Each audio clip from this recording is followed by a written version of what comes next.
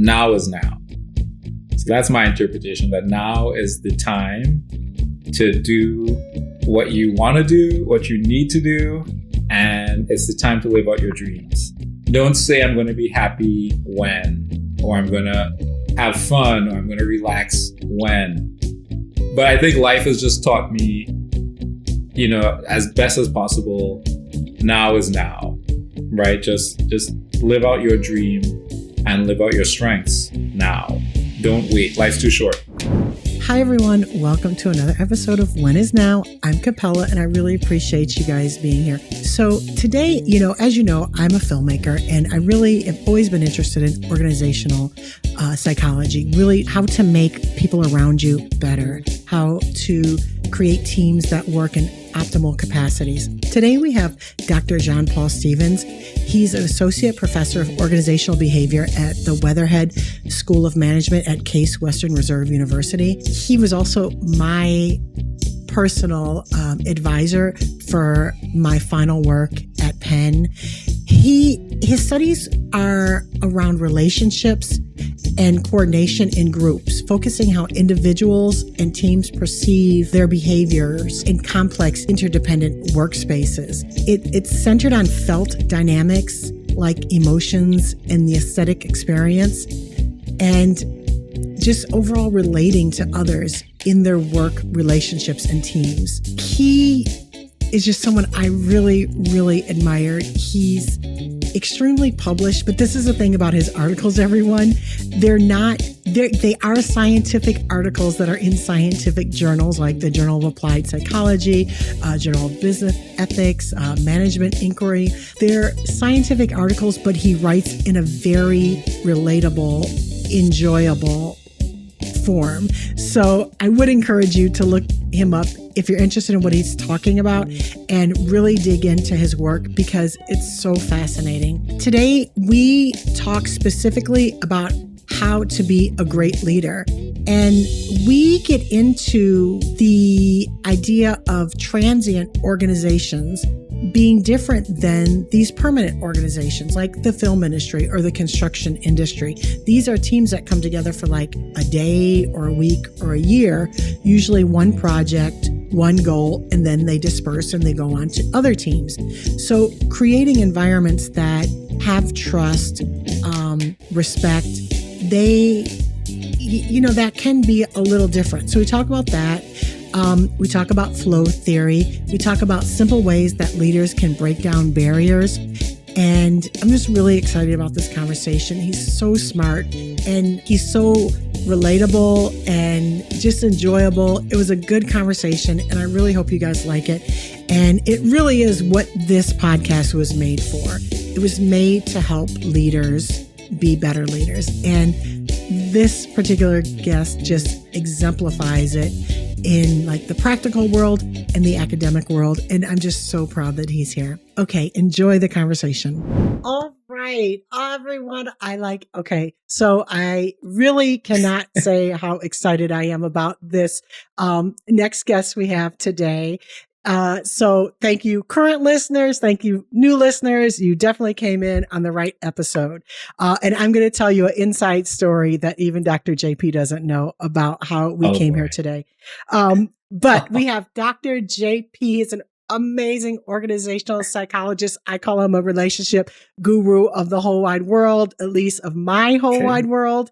And I want to start with asking you, Doctor, what is your interpretation of When Is Now? So, first of all, I love that phrase. And the thing that really resonated with me when I first heard it was that now is now. So that's my interpretation, that now is the time to do what you want to do, what you need to do, and it's the time to live out your dreams. Right. So don't say I'm going to be happy when, or I'm going to have fun, or I'm going to relax when. And that's from personal experience because I do that a lot. But I think life has just taught me, as best as possible, now is now, right? Just live out your dream and live out your strengths now. Don't wait. Life's too short. How did that go? I agree. I love it. Life is too short. So when you said don't, you said don't. There's some sort of accent going on there. I need you to talk a little bit about don't. And this kind of this jumps right in, because I'm always interested in, like, how we came up, and how we formed as adults, these opinions and these trajectories that we have. And was it happenstance, circumstance, luck, like design? So whatever you're willing to share with us, you want to tell us a little bit about where you're from? Where I have a Baltimore Club song in my mind. I think you know it. Okay. Wait, so I spent half my life in Baltimore, half my life in Detroit. Yes, we have the Baltimore connection. I own a house. Yes, Morgan. Yes, and we also have Michigan. Yeah. And Michigan. So I'm Michigan alum Trinidad to Morgan to Michigan. Baltimore Club, where you from? This is the East Side. This is right, like that. You could have phrased it that way. So Trinidad and Tobago. So where I grew up for now less than half my life, which is kind of scary to think about. I've been in the U.S. since 2000, and so the accent changes, and so I wouldn't say don't do that. I might say don't do that if I was back home. But yeah, so first 18 years of my life in Trinidad and Tobago, I was just there for 3 weeks for Christmas and New Year's. So my mom and sisters and my big brother's still there. My little brother's in Connecticut with his, young family, 2 small girls.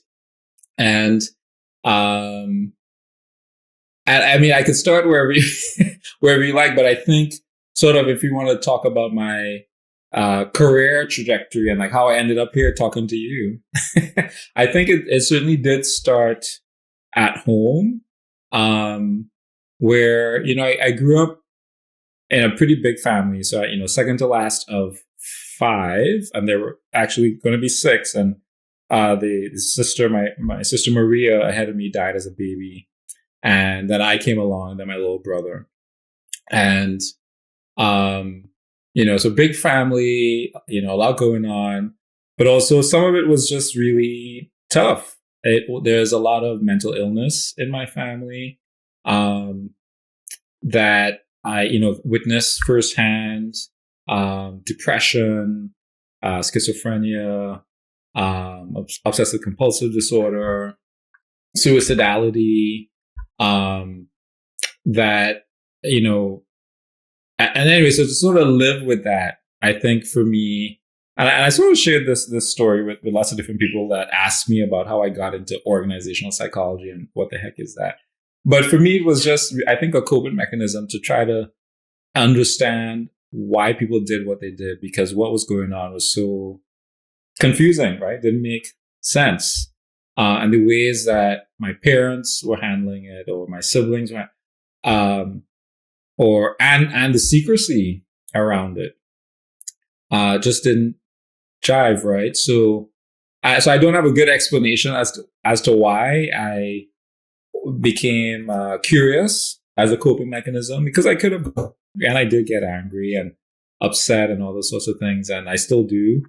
But definitely part of it was, okay, there's something more going on, and I try to hold on to that. I'm not perfect at that, but I try to hold on to that everybody has a story, that there's more going on in the situation than we could ever know, and to hold that with you as you encounter new people. Because I think that got me through sort of managing relationships with family members and maintaining those connections, even when they were tough to maintain. So that definitely got me interested in, I guess, psychology. I didn't really formally study that until my college days at Morgan State University in Baltimore, and Golden Bears. And but then I think even then I knew I was interested in organizational psychology. There's also the field of industrial organizational psychology, applied psychology, personnel psychology, all sorts of stuff, right? That has to do with what people do at work, essentially. And maybe some of it was that I didn't have a ton of working experience growing up.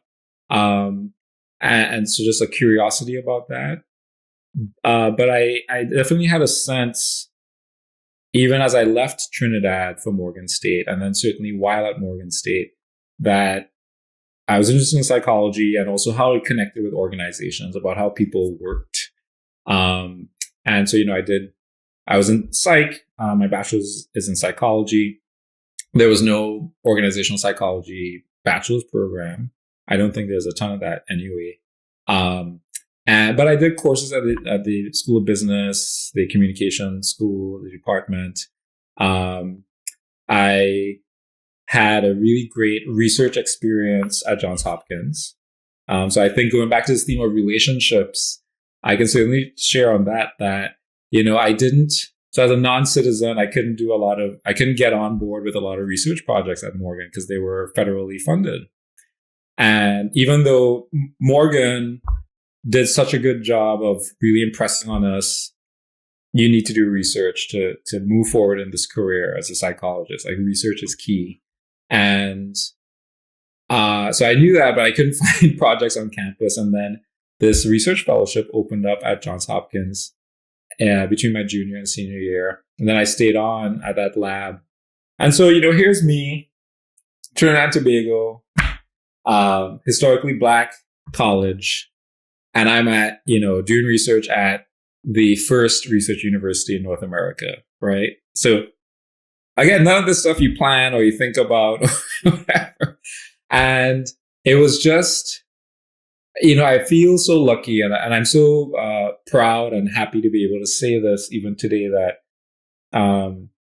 I was able to have a seat at the table, right? The quality of the relationships in that lab, and this was in Barbara Landau's lab, so shout out to Dr. Landau and her team of postdocs and graduate students and other undergrads. And then there's me, and I was included and welcomed, and I learned about, experimental design. I learned about reading journal articles.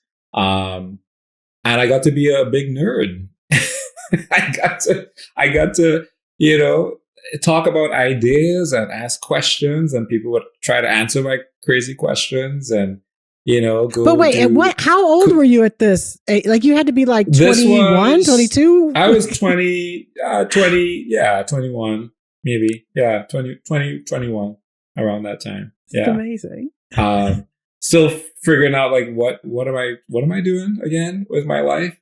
And so I just want to say that, to me, the lesson is, even when I have research assistants on my own and I'm talking to people who kind of come to me from all over, that, paying attention to how you make people feel, right? And I know we've talked about that in your research and, the lessons that I shared with your class. But I think that has stayed with me, that you just never know how you're going to impact somebody. Because, I was there as a summer fellow. I could have just been there for, 3 months and then gone. But I was welcomed back for the rest of my senior year, and I got a research award. That's the only research award I've ever gotten. So it's a prominent display at home.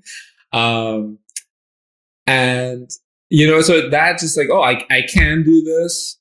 I am, I'm capable.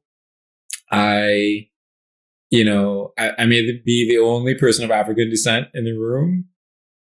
It doesn't matter in that room, Mm-hmm. And so yeah, just I'm just like, so paying attention, like, okay, how do I make people feel included who are approaching this world, right, of academia and publishing and ideas and things like that. So that has definitely stayed with me, because I do credit that with, one, making me feel like, I could have a home here, and two, having that on my resume certainly, helped with admission to the University of Michigan in the org psych area. So again, in the psych department, and where I had, amazing faculty and friends, and it's one of the largest psych No, departments don't in get the into world. Michigan yet. Michigan is a whole okay. nother conversation. Okay. We got to Whole talk other about that conversation. in 1 second. It's a whole other, You because there's slow a me down. lot Slow of me down. exciting. Yeah, no, Michigan, it deserves its own little segment because there's so much exciting stuff going on there. And I'm so proud to be Michigan alum and all the stuff that they're doing over there. Yeah. But I have to say this because I know I drove. Okay, so I haven't mentioned this, listeners, but Dr. JP was my advisor for my capstone. Now, my listeners do know this. I do not consider myself an academic, right? I don't even consider myself a pracademic. Like I am no emics. I'm no emics at all, right?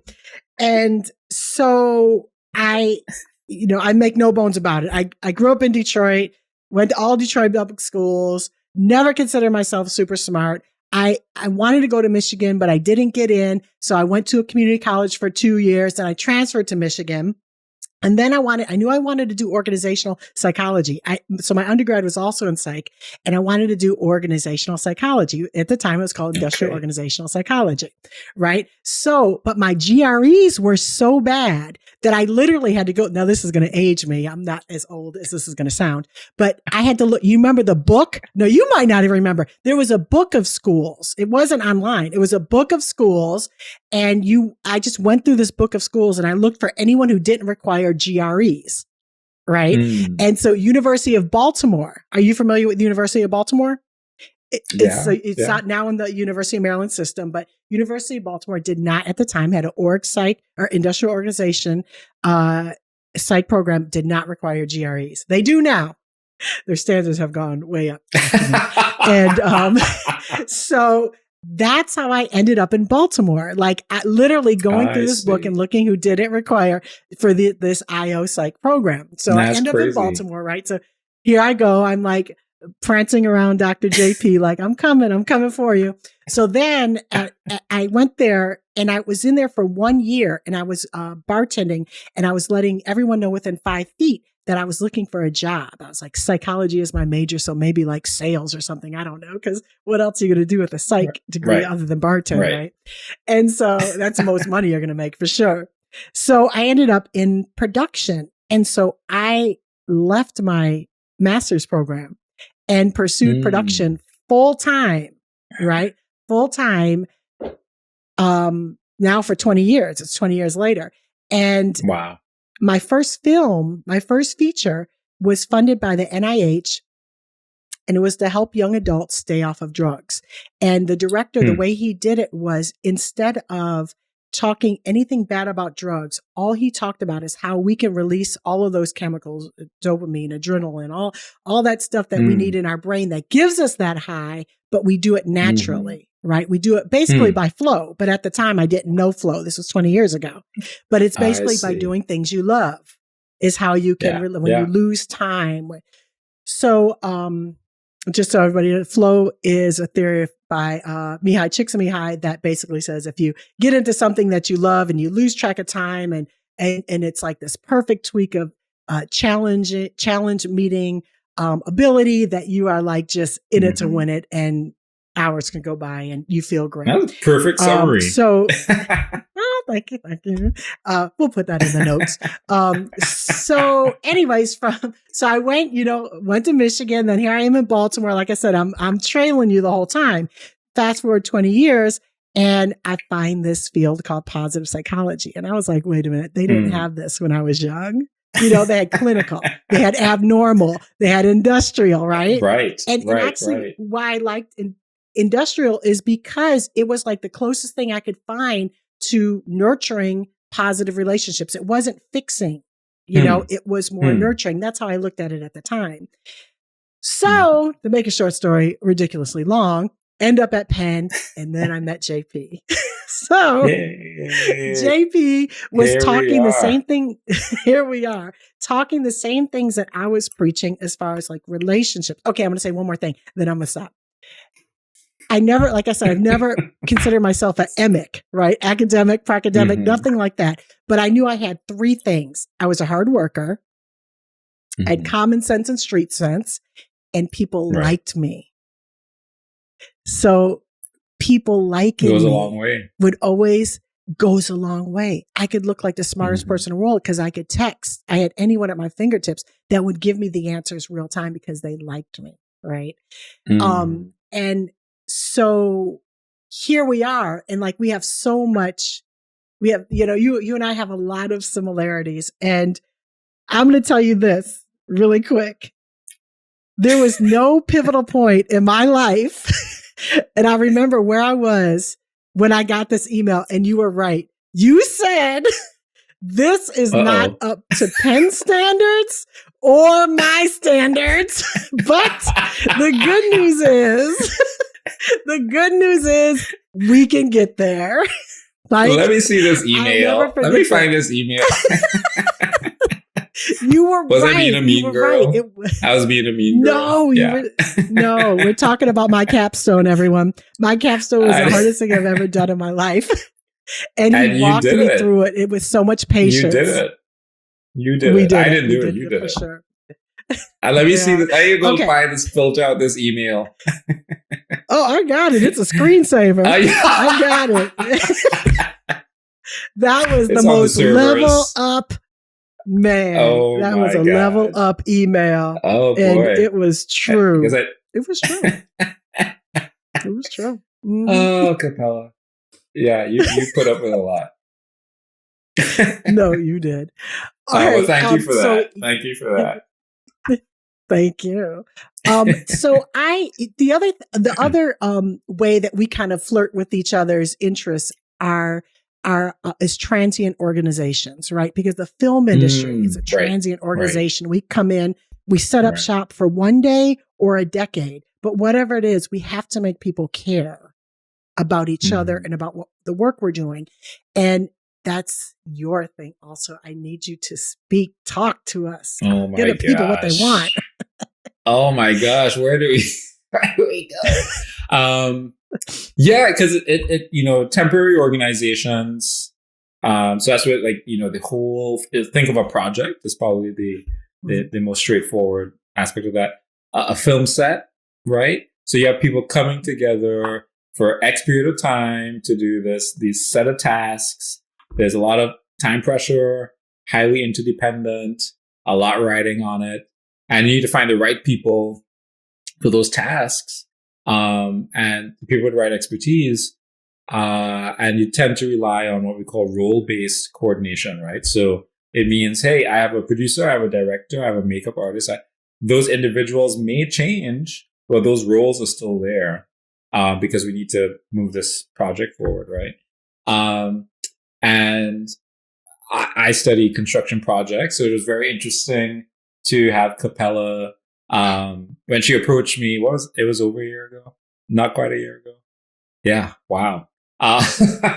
Yeah. And it's just like, oh man, there's a ton of research has looked at filmmaking as temporary organizations. And I've been studying construction projects for about 7 years or so. And, very similar in terms of, we know the relationships between the people matter, but then because it's transient or temporary, it strains the relationships, right? Like, some people may see it as, just not worthwhile to invest in a more personalized kind of relationship, a high quality connection.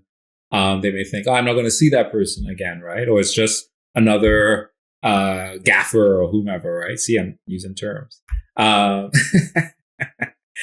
So that's interesting because I think, I certainly learned a lot with your journey, Capella, in terms of how much it sucks. And I think, a lot of us know that, right? How much it can be so painful for the folks involved, because that kind of detachment, maybe you get through one project, but if that's your career and it compounds over time, and when we show up to work, we're still human beings. We're not robots, right? We're not machines. So those fundamental needs of a sense of belonging, a sense of feeling cared for, a sense of your worth being recognized, right? There's a recent big review piece that just came out about dignity at work, just how it's such a fundamental part of who we are. I think Gallup just released yet another poll showing declining levels of engagement across the workforce, which was around before the pandemic, right? And, so the working world has just been so topsy-turvy for so long, and it's going to keep, and we see these layoffs in the tech industry, et cetera, right? So there's a lot of tension and a lot of, people's livelihoods and meaningful careers. So when you're in a temporary organization, I think all that kind of gets compressed, right? Because that experience, you only have like a few months, or let's just say, so my construction projects, they're like 4 years long. And I don't know how long it takes to make a film, but I know some take quite a long time, right? So, but even then, it's like, I still know this is going to end, and that for some people that might shift how much they're going to invest. So, Capella and I were talking a lot, for months about how do we shift that dynamic. And I was sharing, I shared with her class and more with her about how what I've been studying, there's been attempts to shift that dynamic, like how to make each project a really special sort of moment in time for people where they really feel like part of a team. Even though it's hundreds of people, scores of organizations, how do you still give folks something to grab a hold of so they feel like a human being at work, right? And part of that is feeling socially connected to others that are working alongside me. So that's where, so I guess, I don't want to get in crazy amount of details, but I think. But wait, I think that needs more attention, Doctor. Wait, come back, bring it back. You want more? I feel like that needs just a teeny bit, because sure. Like, to me, if I were to go to a studio exec and I say, what we need to do is we need people to feel socially involved. We need people to feel like they matter, like they're valued and they add value. I mean, I think to the normal sort of high powered exec, and I still think about you running around these big burly construction sites talking about you matter. Like, I don't know what your intervention is. Well, but, I don't do it. I should do that. But I think I think that needs a little more attention. All right. Creating these spaces where people understand. Yeah. Yeah. So I'll say, so it's been interesting for me as an outsider. So say I was to go on a film set, and I've been working on another project on film crews, and, I share that with you. And so that's been interesting to learn about that too. But on the construction projects where I've physically been there, I think, a few things seem really simple to the outsider, right? In terms of coordinating and, actually connecting with people. And you're like, doesn't this happen? And people, they're like, no, this is not normal. Doesn't seem simple at all to me. Yeah. And I just told my students this. I'm teaching a new course on teamwork for undergrads. And actually they have quite a lot of working experience, these undergrads. Some of them have their own businesses, but I'm trying to impress on them that you will encounter so much that is confusing and does not make any sense in organizations. And so you need to have your wits about you, but also know your own values and what you care about, and don't lose sight of that. And so for me, as you would know, I care about connections and relationships and how people are interacting and treating each other and how they make each other feel, and how do we keep track of that as we're interacting with others. Like, that's some of my research. And so I step onto a construction site, which, these are like positively deviant, right? So that's the term we use to mean that these are really exceptional. They're kind of out there. They're past the curve. They're well beyond the mean in terms of excellence. And folks are talking to each other. They think, so a few things. For example, how's the physical space set up, right? So on these sites, and this is not unique necessarily, but I think all these factors kind of came together in a special way on this first project. Co-located trailers. Instead of different trades, concrete, drywall, glass, steel, everybody has their own little trailer, and they just kind of walk past each other. Putting all those managers and superintendents in one trailer, I can get up from my desk and go talk to you. We all know there's trade-offs when it comes to open concept and cubicles. but creating, or at least I should say, reducing the barriers of communication is just like the first step. And some of those are physical, where, like I said, there's separate trailers or separate floors or whatever. Some of that's social barriers, and certainly hierarchy, certainly key roles, right? Where the history is such that the nurses can't talk to a doctor directly. Don't question the doctor. That's just the way it's been for decades. In construction, the trade contractor, somebody's putting up drywall, and they're like, wait, there's moisture leaking, or there's something going on. Like, I can't actually do this. That's in the plans. But traditionally, they can't just go across the street to the architect and say, hey, how do we figure out these plans? They have to go through their foreman, then go through the construction management superintendent, who has to send an email to whoever's managing the model, and then they have to send it to the architect, and then they have to put their stamp, and then they goes back 4 more steps. And then when you have those delays, time is money, right? And it's those kinds of very rigid communication dynamics that slow things down. And that's why your kitchen renovation, over schedule, over budget. And then scale that up to a 400,000 square foot project, right? Think about those dynamics scaling up all the time. So the fact that these projects that I'm studying actually finish on time, on budget, without legal battles after, that's an outlier. We're on the outside like, of course they put the buildings up in an effective, timely manner. It's like, no, typically they don't. So removing barriers to communication, both physical and social, and setting up structures, right?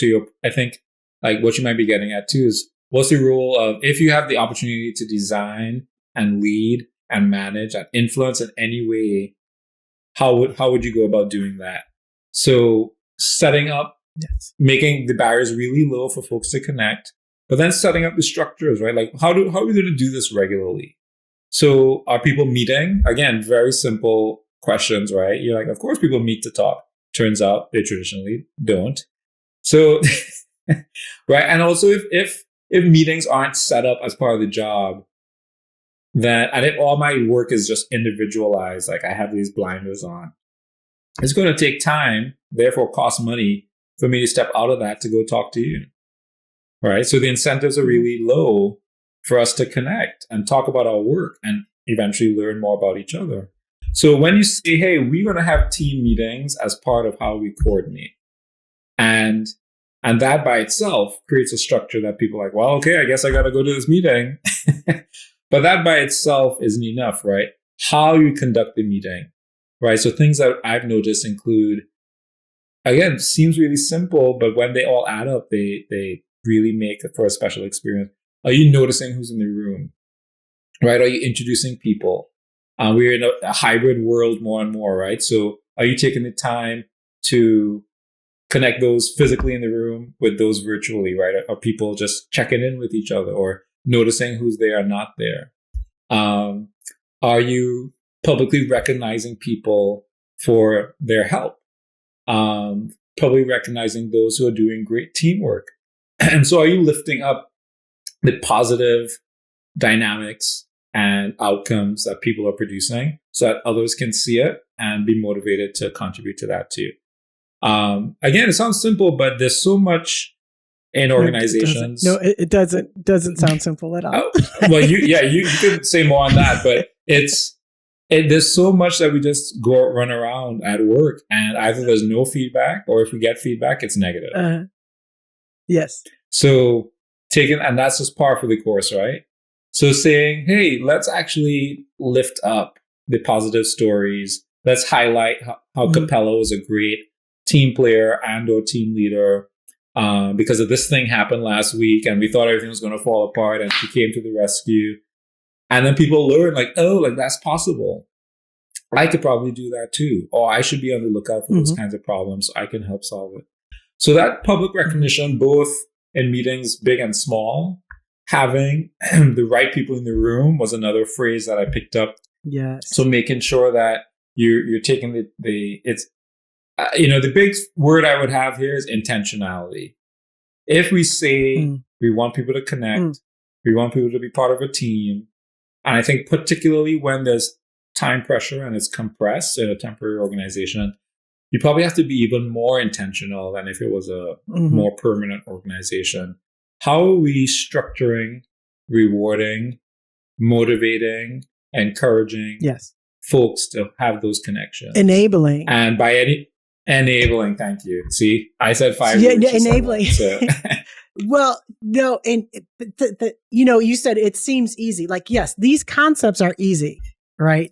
How we treat each other, being intentional about how we treat each other, right? Kindness, trust, enabling, communication. These are easy, but so you said if you go into obviously a positively deviant organization that's well beyond the curve and they're doing great things and they're coming in on time and on budget, boom. But I mean, I hate to say the word, but that's the worst. And, but what if we're going into, a giant ship?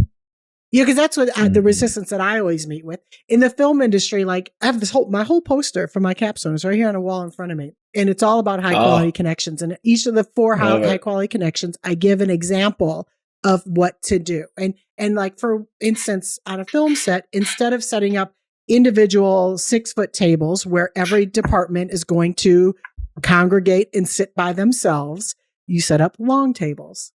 So they'll be them, but right next to them might be the art director or the makeup artist. That's the structure. So they do have that. Yeah, they setting up the spaces, setting up the right tone in the morning. The big thing in the film industry, and I'm sure it's in other industries, is this idea of publicly humiliating someone. Like, if someone gets something wrong, not taking them aside and saying, look, next time try it like this. It might be a little easier. Or if you see someone struggling, going over there and assisting them, like, do you need help with this shot? Or do you want me to move something around? Or, how can I help you? Instead of just like going bananas and saying, they don't know what's going on, like, and I don't, my industry doesn't suck. My experience doesn't suck. Oh, sorry, I didn't mean that about the industry. I'm saying like in a temporary organization per se, it can feel really lonely, right? Feel really disconnected. It can. Yeah. Not the industry per se, but. And my sets have always been good, whether it's because of ice cream sandwiches or like, my sets have always, I have people from 25 years ago can attest to my sets are always fun. Well, that's significant. That's because of the orchestration that you're doing. That's the power of a leader like yourself to shape the experience. And you're being mindful that, hey, I have an opportunity to create something really beautiful here in terms of how people will feel and how they feel when they will leave. How do I create, how do I structure the project and shape the experience every day so that people actually don't want to leave, so that they'll be sad that the project's over, And I think you bring a lot of thought and energy to that. And you're right. No, you're fair. She's taking me to school, everybody. It's simple. Like, oh, be nice, be kind, right? So simple. But when you, as you're saying, when you get to reality, it's not that simple. And it actually takes, it's not that simple. I think, a very, very thoughtful leader. And it also takes a lot of resources. That's the other thing. This stuff costs money. It takes a lot of resources. Money, it costs energy too. Energy. Yes. And this actually came up in the last math class a few weeks ago. It's, and so how do you deal with that? And I think positive energy feeds on itself, right? So yes, there is some outlay to the organization to say, hey, we're going to put up shared trailers, because that's a different way to physically set things up, right? And we're going to publicly reward people. Okay, so you're going to have a big summit event where everybody's coming. All right, so are the hourly paid people going to come to that too? Or are they, all those things you have to think about, right? They did on one project, for example, this was interesting. They did like a big group picture of the whole, like, hundreds of people in front of the building. And I remember one of the construction management people was like, yeah, because there was a delay, and they were like, you know how much money it's costing per minute that we're not building this building? And that's real, right? But there's intentionality in that, hey, it's worth that time stopping work or whatever to make people feel a certain way, right? Because we know it's going to help them get meaning from their work, connect more with each other, all those sorts of things, and it will pay off. So that's the thing, like, and so I think your work, my work, that we're sort of documenting and talking about these positively deviant examples so that folks in less positive environments can point to them and say, hey, this is possible, right? And hopefully whoever's listening, they're a leader or manager or somebody who can make a change. They can say, oh, this actually is possible. Tell me more about the ingredients. Like, what can I do? So I think we need more of those stories out there instead of, because, like we've talked, you and I, about the film industry and, sort of thinking through about the film and construction industries. And they've been around for a long time, longer than any of us, right? And those dynamics are really hard to change. But I think it does take people like you, very mindful leaders to say, hey, you know what? I'm going to make this a different experience for people. Because I believe it's going to lead to both better emotional outcomes, social outcomes, but also task outcomes. It's just going to be a better product too. I agree. And we hit a lot of stuff I wanted to talk about in that little segment, I really want to talk about how you design your space and the human experience and lived experience. Those are like all things that are very important to you. And then you said something the other day, you were talking about presenteeism, absenteeism. And I think, we talk about these temporary organizations in terms of the historical sense, like the film industry or the construction energy industry. But actually, like nowadays, isn't a lot of industries turning into that? Kind of more 1099ers, having subcontractors, working from home. I mean, we're very display. It's not the freelancing, old school way. Yeah. Somebody was saying the other day, I forget, probably on the radio, about, we talk about the gig economy, we think Uber Eats or DoorDash, but it covers a lot of ground, and there's people much more expert. I have several colleagues, Sue Ashford, Amy Wisniewski, Brianna Kaza, shout outs. They've been studying this stuff even before, the pandemic, and sort of like the impact on gig workers was more front and center. But it covers, basically anybody who is sort of free floating. They, as I said, contracting, freelancing. They're not tethered to an organization. But that also means they don't enjoy certain protections, right? They don't have permanent health benefits. They don't have a 401k, right? They got to figure all that stuff out somehow. And it's a little precarious, or a lot precarious. So absolutely. So add that for those individuals.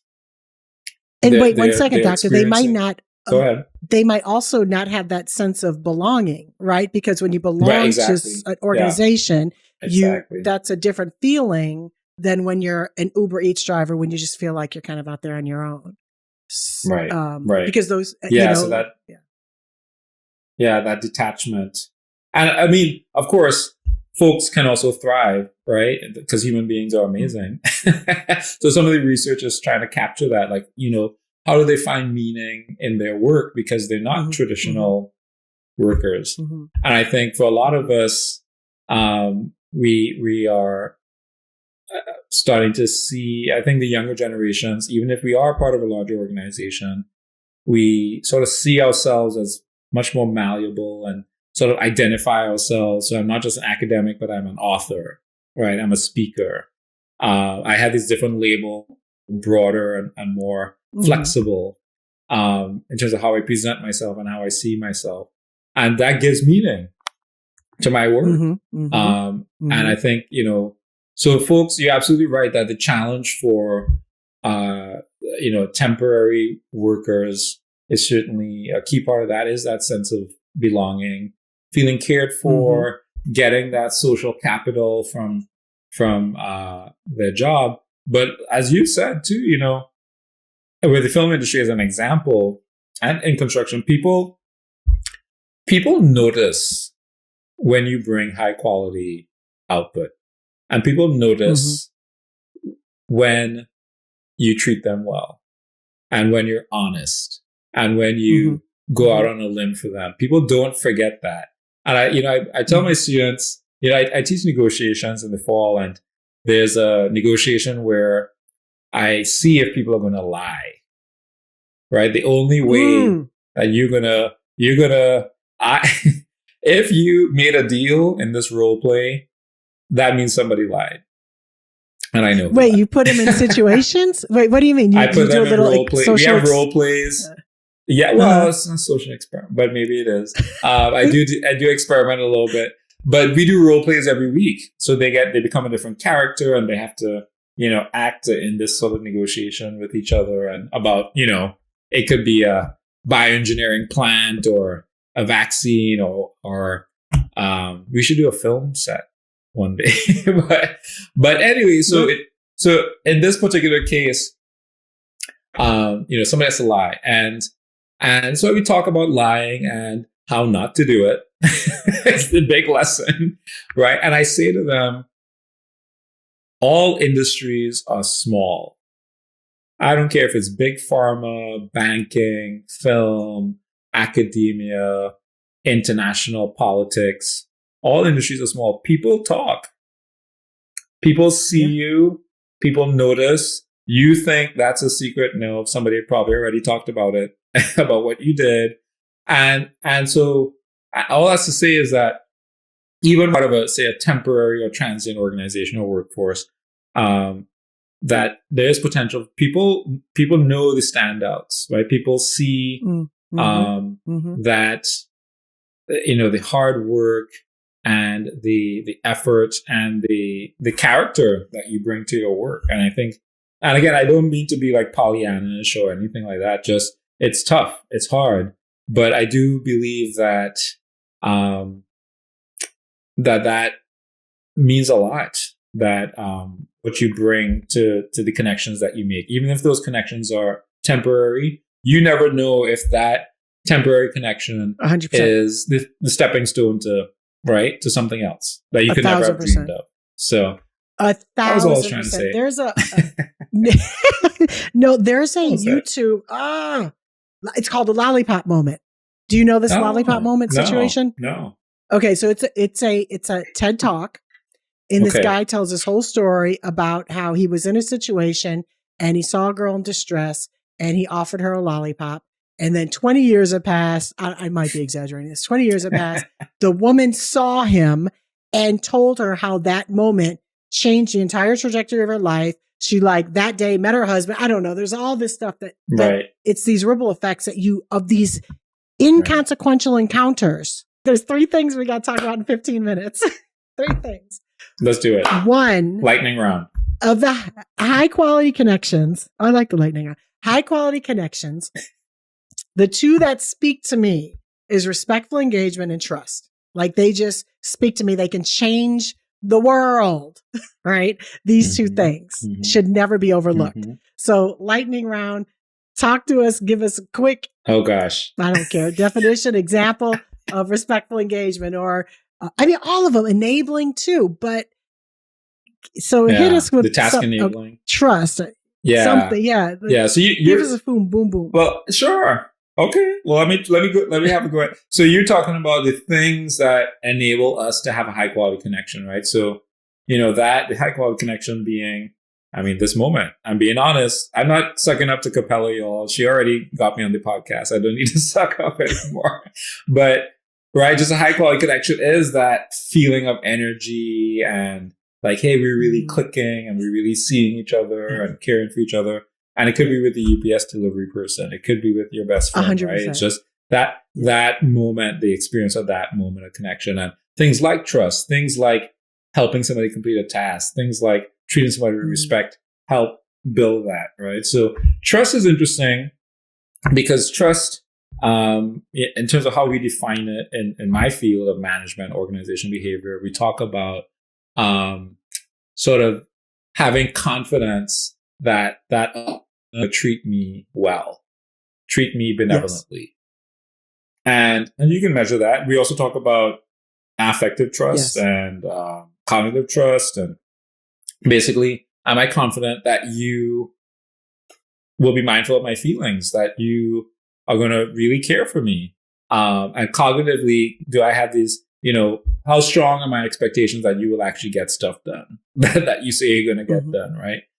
Which of course can impact my work too. And in my research, because I don't study trust directly. That a lot of people do, and they do such great work. But I've always put a trust measure. I always ask people like, hey, there's a survey about XYZ, but answer this question about trust.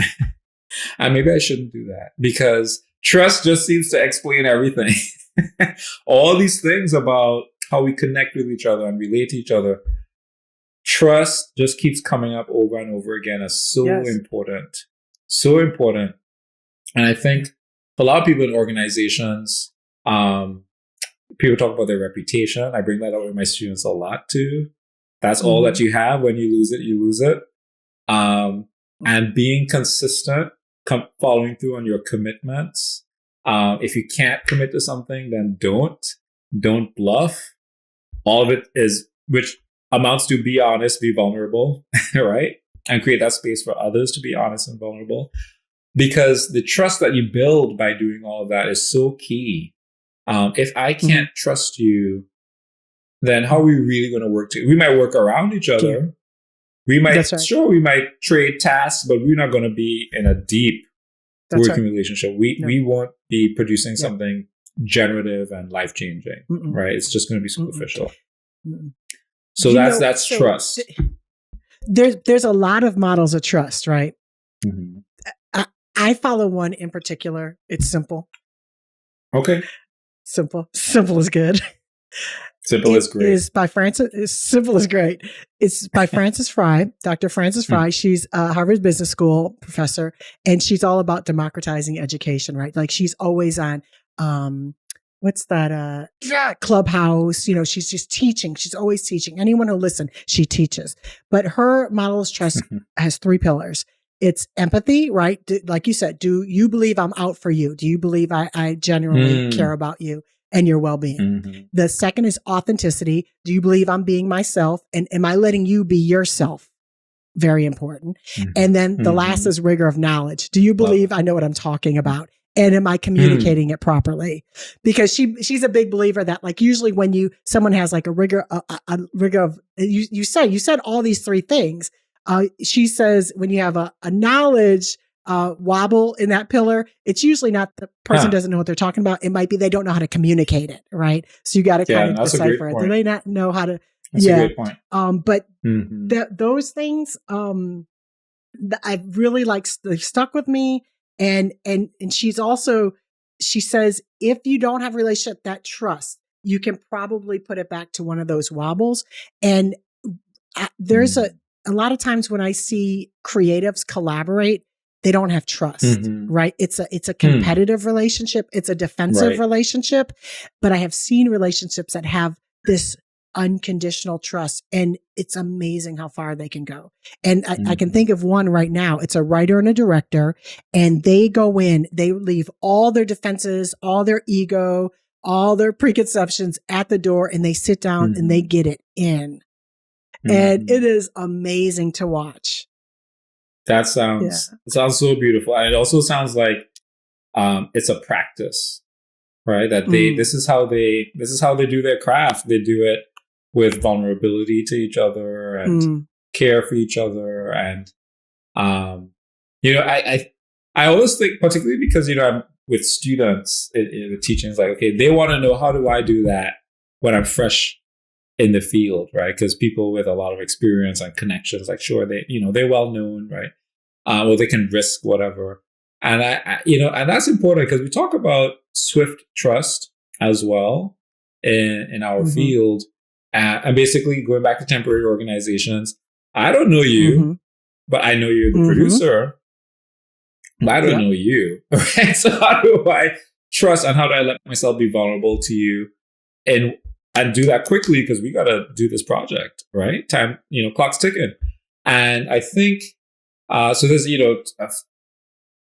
some writing on that, not a ton on Swift Trust. I think really fleshing it out. I think there's a lot more work we could do on that.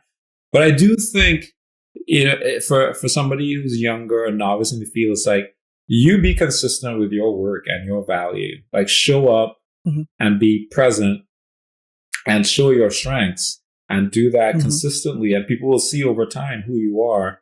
And I think also for those, leading, I think, give the young people a chance, right?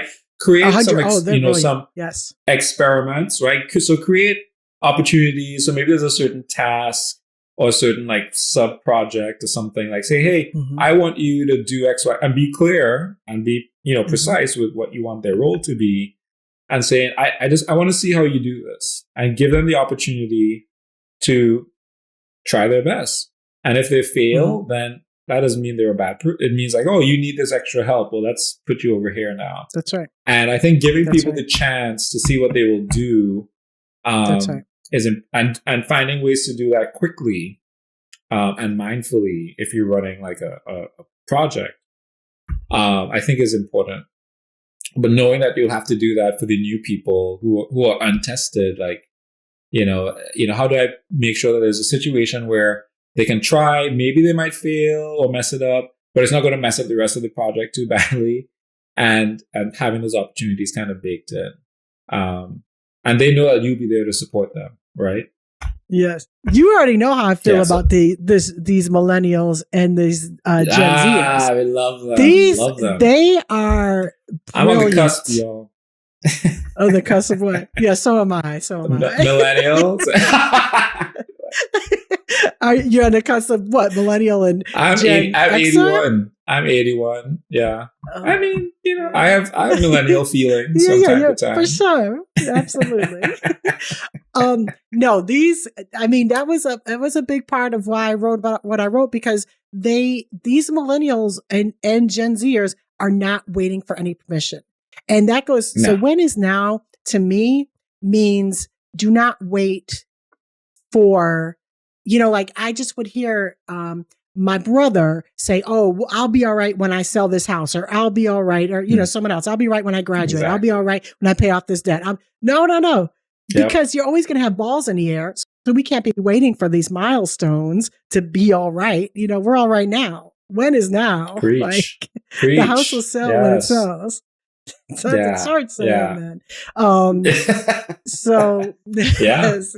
So, okay. Absolutely. I want to do a really quick, because like what you guys are doing at Case Western is big in this field. I mean, you have some powerhouses over there. We no do. Lie. I mean, the office is next to me. Yeah. I'll say. You want me to share a little bit about my colleagues? I mean, you included, but I mean, you guys, whenever I'm looking someone up or researching it, it's Michigan and Case Western. I really see that is doing a lot of this work. Yeah, and that sort of space around like positive psychology, organizational behavior, positive organizational scholarship, and lots of connections between Case Western Reserve and Michigan. Yes, I mean, there's I'm one of those connections, but even before me, I mean, they were long connected. And you have folks like David Cooper Ryder and Appreciative Inquiries. How do large systems, whether it's the United Nations or the city of Cleveland, how do large systems come together and create positive change, right? And working with Ron Fry on that stuff. You have intentional change and coaching methods around how to draw on positive emotions more than negative emotions as people are figuring out the next steps in their life. And Richard Boyatzis leads that, Ellen Van Osten, Melvin Smith. These are our stars, and Diana Villamoria, she's our department chair, and she's a Michigan grad as well. And she, has been, along with our amazing doctoral students who are now faculty, there's been some recent publications about, diversity and experience in higher education. Yes. And what does it mean to create change around DEI initiatives in organizations, and calling people in instead of calling people out. That's some of her recent work. And I think there you go. And Corinne Cohen has been also a Michigan grad. Corinne's work on teams and groups, and I know she teaches a fabulous course that the undergrads just love about that uses the T group methodology, right? So how do you bring these people together and get them to figure themselves out about who am I in this group? What is my role in this group?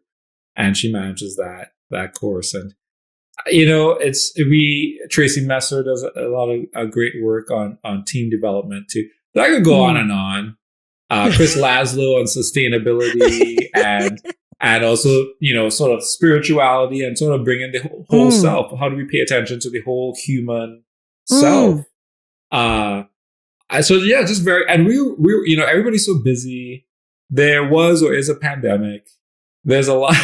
we suffered the same disruptions to our relationships that the world did, and so we're trying to find ways to reconnect and share all these great things that we're doing, so we all kind of know. And we had a half-baked idea session yesterday, and that was really cool to hear about doctoral students and their ideas, and I presented some of my stuff too. And so we have quite a lot going on. Folks are churning stuff out, and I will say that I think what's really special about Case Western Reserve, and our department, and I think the school in general, but our department is focused on the person at work, right, and the whole person. So I think that's really special. One, and then two, we talk about performing research of enduring consequence. I like those words. It's all about how do you tie that? How do you, whatever you're looking at, whatever hypotheses you have in mind, or qualitative work, quantitative work, surveys, interviews, whatever you're doing, how is it helping to change the world? Right? So how are you, and I think, as a junior scholar, you just come in, you're like, I want to get tenure. And like, how do I publish? And so you're like on the hamster wheel. I got tenure. I can sort of slow down a little bit and think more intentionally about, well, how is my research changing the world? Right? Like, I'm not just, I don't want to just put out stuff to put it out. How do we actually use rigorous research methods, strong evidence bases to promote positive change, make it useful for folks like you who are no kind of emic, right? Like, and want to take it and run with it. And that's tough. We don't learn that in grad school, right? You sort of have to figure that out. And I will say, I think like what you're doing and the sort of platform and the forum you're creating is part of it.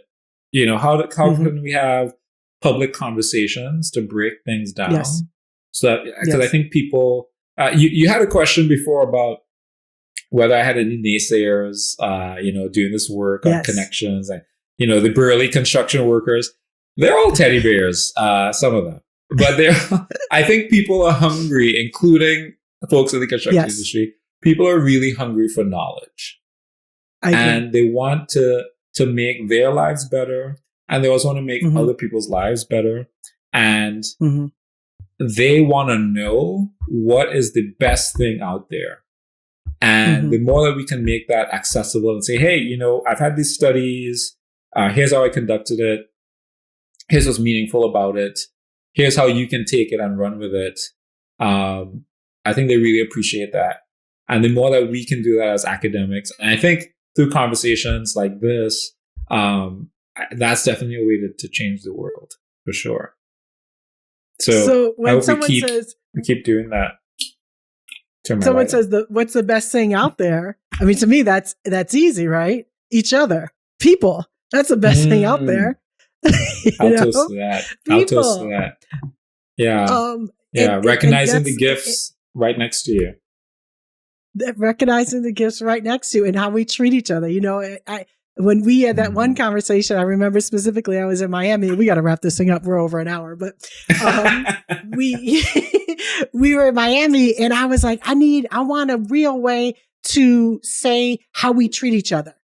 Right. And I was coming up with all kind Mm, of terms. Okay, I'm going to do this. I'm going to call it this. I'm going to call it that, because there's no term for how we treat each other, how in a dyad, in a group, how we treat each other. And that's with mm, respectful engagement. It's with trust. It's with caring. It's with inclusivity. It's with enabling, praise, all of these things that, we talk mhm. about.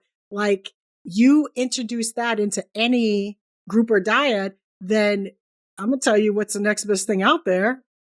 It's each other. Like, that's how I Yeah. feel. Yeah. Yeah. And if you, the thing is, we're all empowered, right? So the world is a messy place, but we all have control over our own behavior for the Mm-hmm. most part, right? Most of us in this country, in this world, have that agency, and we're Yes. privileged to have it, right? Not everybody does, and to the extent that we have that agency, particularly in the workplace, all we can control is our own behavior. And Mm-hmm. if you're in a room and you recognize, oh, there's some stuff going on here, there's some negative dynamics, you get to at least try to set that tone, right? With every Mm-hmm. conversation, every connection, you set the trajectory. And Mm-hmm. and also we talk about this in negotiations too. You can also change trajectories, right? You can Mm-hmm. certainly exit a negative situation, hopefully. Not everybody can, but if you can, do. But also, if you have the agency and the wherewithal, how to change that, right? So, how do you introduce the positive dynamics too, and seeing every encounter, interaction as an opportunity to reset or to set new positive dynamics is really important. And I think I've had to learn quite a bit, coming from different cultures, not just national cultures, but also professional cultures, like, because academia has its own culture. And Mm-hmm. so, I learn and sort of, okay, how do I shift and, how do I adapt? And is this really me? And who am I? Like, all those questions, right, are still there. But at the end of the day, I think I've come to appreciate, the things that we were focused on, the relationships. And Mm-hmm. so, The relationships. particularly as I'm in a place of privilege as a faculty member, a tenured faculty member. So how do I treat our staff? How do I Mm-hmm. treat untenured faculty or non-tenured track Yes. faculty? And knowing that, hey, other staff and students are watching what I do, whether I know it or not, right? So, and not that, you're scared all the time, but just being aware that, hey, how you carry yourself and how you treat others has that ripple effect, whether you like it or not. And I think being thoughtful, We, that yes. mindfulness is so important. Yeah. You're like, I'm telling you, yes. look, I go into film. People ask me to talk to film classes all the time. And I go into film classes. I'm like, look, we could talk about pitching. We could talk about distribution. We could talk about screening, VODs, SVODs, whatever, blah, blah, blah. But that's all going to change by the time you graduate. It's probably going to change by the time I leave here in an Mm, hour, right? What's not going to change is the relationships and how we treat people. Because I if love you that. do that properly, then you will always learn what's the newest and the greatest. You know, Yeah. Yeah. that's the I only thing I absolutely talk to agree. my film students about. Hmm. Yeah, that's the only thing I talk about, And that's what relationships. they find you, the next year or 5 years after, they're like, I remember what you said. Mm-hmm. Yeah. Yeah. Yep. Yep. Oh, doctor! I feel like we're gonna have to have maybe we'll do something again in the second season. All right. One You let last me know. thing. One last thing. Okay. Is Okay. there Okay. any recent research or articles or anything? Like, I loved your one article about caring. Like, I thought, first of all, you're an amazing writer for the everyday man. Like, your writing is Oh, academic, no wow. doubt. It wouldn't get published if it wasn't, but it's interesting. It's not cold or clinical. It is interesting. It's a good read. So is there any recent articles or anything you want us to look for? Oh my God. Well, the stuff that I hope comes out, I will say, I think one of the most recent ones, and this is probably what you read, came out last year about listening and how we teach about listening. And as we try to get our students to be better at forming high quality connections, listening is kind of implied, but we don't talk about it or teach about it. And even if we do, it's how you can listen, right? So like, oh, right. Are you nodding or shaking your head? Are you saying, are you eye contact? Which is like very one-sided. So that paper, again, fabulous doctoral student, Jesse Hines, a colleague, Ellen Van Oosten. Right. We were talking about, it's sort of a critical piece like, hey, well, if we really want to teach listening in management education, we need to step back and really think of it as a mutual dynamic. That as you're teaching listening, but are you just there to receive information? And like, no, because again, you're not a robot. You're actually joining and building a conversation. So how do we get folks to sort of reframe listening practice as more like conversation and really highlighting the mutuality that's a big part of high quality connections. I do have, well, first of all, I have to say thank you so much for not just for this opportunity to chat, but for your, high praise and affirmation that made my Thursday. And January and February and March and so on. But I think I am trying to write for everyday person and I'm practicing. So I do have a blog on medium.com. Ooh. And there's a few posts. I'm making public accountability. I'm like, I want to have something once a month. And that's my opportunity. I don't want to just break down academic concepts because people do that, but it is sort of personal. And if you read, there's about 4 posts there. You'll see like I'm reflecting on my own journey, but also infusing it with what I know from research, and because that's meaningful to me. So I am using that as a sort of playground to how can I actually reach a broader audience with whatever my strengths are. So that's out there, and I sort of link that sometimes on my social media, on my LinkedIn. You can find me on LinkedIn. Okay, we'll put all this in the show notes too, Doctor. Yeah, we'll put like the links and your LinkedIn and the blog and everything in the show notes for sure. Yeah. And then the last public accountability, so that people, maybe you can harass me about this in a year or two, is a book. So I want to write a book. And I've been saying that for 2 years.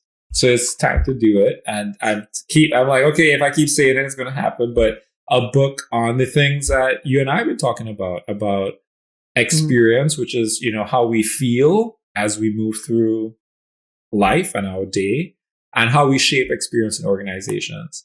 And, when we first, encountered each other in your Masters in Applied Positive Psych program, I actually think that those ideas are the core of the book.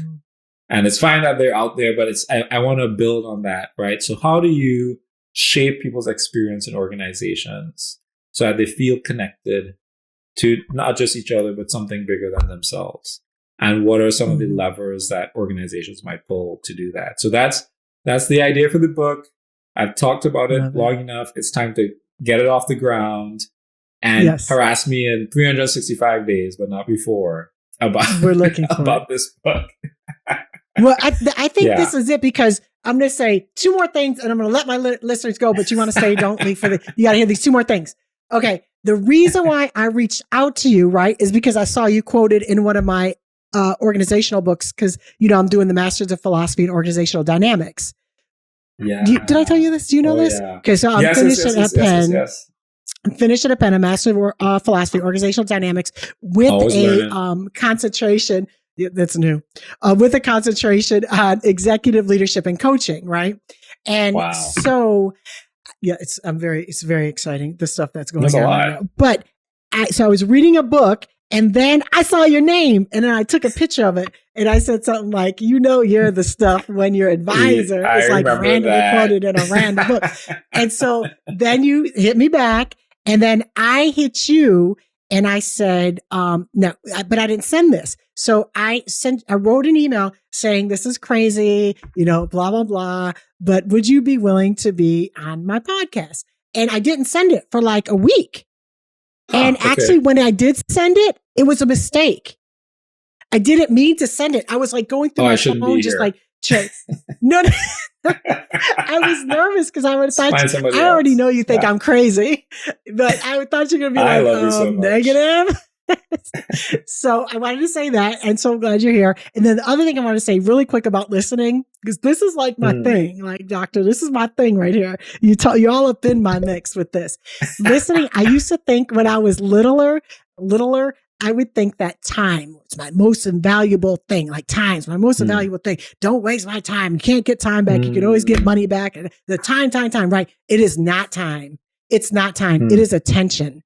It's attention. And when it comes to listening, I could be with you or my significant other or my best friend for 24 hours straight. It does not mean they have my attention or intention, but I'll say attention. They might have my physical time, but they do not have my attention, whether it's social media, whether I'm in my head about bills I got to pay, whatever. So in that that conversation, those dynamics, even before we get to, are you involving yourself? Are you present? Like that's a big thing about listening. I don't think people are present. Yeah, so we can break the internet, Capella, with hashtag intentional attentiveness, because that's the core of the book too, and that's write that down.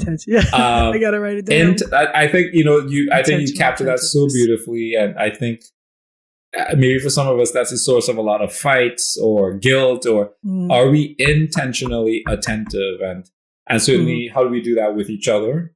But then scale that up. How do you do that as an organization? And that's what I want to tap into. So I'm putting all this stuff out there. I better go write this book. Yeah, go write your book. Yes.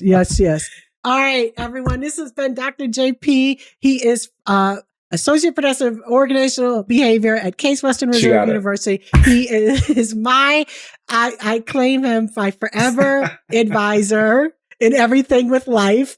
But definitely on relationships and organizations. And we'll put a lot of this good stuff in the show notes. You can definitely follow him in a lot of different ways. But Doctor, thank you. Thank you. Thank you. This was a joy.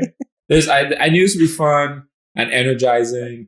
It's Thursday, wherever you are. It's Thursday. Snow is coming down. I'm here in Cleveland. And I'm like, okay, is it the season? Is it the cold? Is it the gray?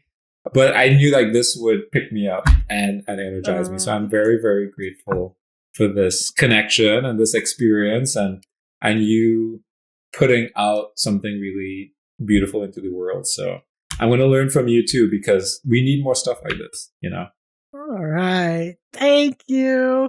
Bye, everyone. Bye.